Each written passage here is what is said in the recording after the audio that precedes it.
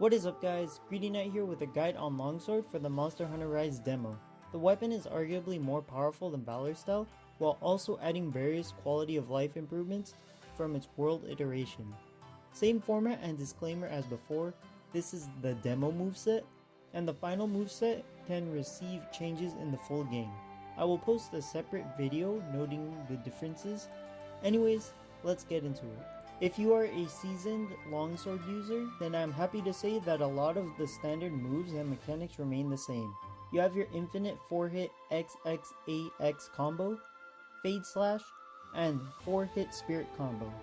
You can perform the second hit of the Spirit combo out of a Fade Slash, assuming you have Spirit Meter. Every time you hit the monster, you fill your Spirit Meter, enabling you to perform Spirit attacks.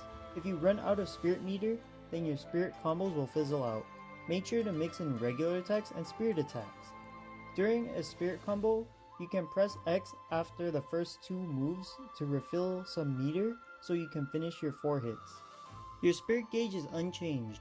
As always, you want to ramp up to white, yellow, and then red gauge. Each level boosts your damage, so you want to maintain red once you get it. The Spirit combo gives you Mind's Eye, and if you perform the finisher, you hit the next level of gauge. If you run out of gauge, it drops down a level. That's it for the Unchanged stuff. Compared to Hunting Horn, very little has changed with the core moveset, but all of the changes that Longsword does receive only serves to augment the moveset. One of the larger changes to the base moveset is that you can infinitely loop the input X for the full combo, or loop A to do pokes and uppercuts. It makes Longsword feel more streamlined instead of clunky if you happen to miss input during your combos. In past games, mashing X did nothing after 2 inputs. The Foresight Slash is performed by pressing R plus A during a combo. It will consume your Spirit Meter. If you are hit during the animation and your character flashes, you can press R to perform a Spirit Finisher to level up a Spirit gauge. It's one of the shortcuts for increasing Spirit gauge. EI Slash is performed by pressing R plus B during a combo.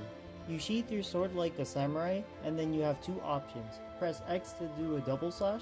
If it hits, your Spirit Meter will gradually refill with a blue bar.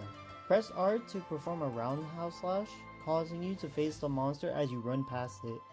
This is the second shortcut for increased gauge, but it is harder to land because your blade must get hit by a monster's attack during the animation for it to raise your gauge. You can wait for an attack, but that means you are not attacking the monster while you wait.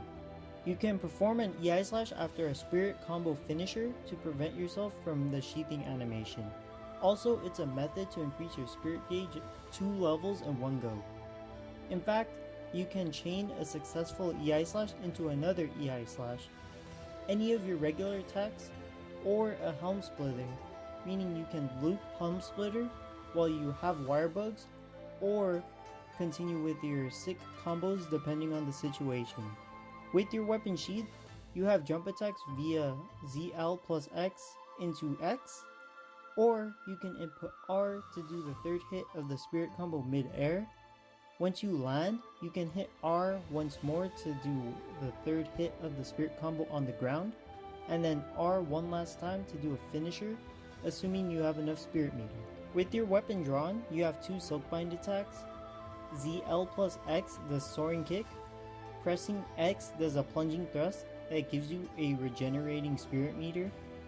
Pressing R performs Helm Splitter and lowers your Spirit gauge 1 level if you land it successfully, keeps it if you don't. It does a lot of damage. You have to maintain red gauge to maximize said damage, so immediately after a Helm Splitter, it's a race back to red gauge.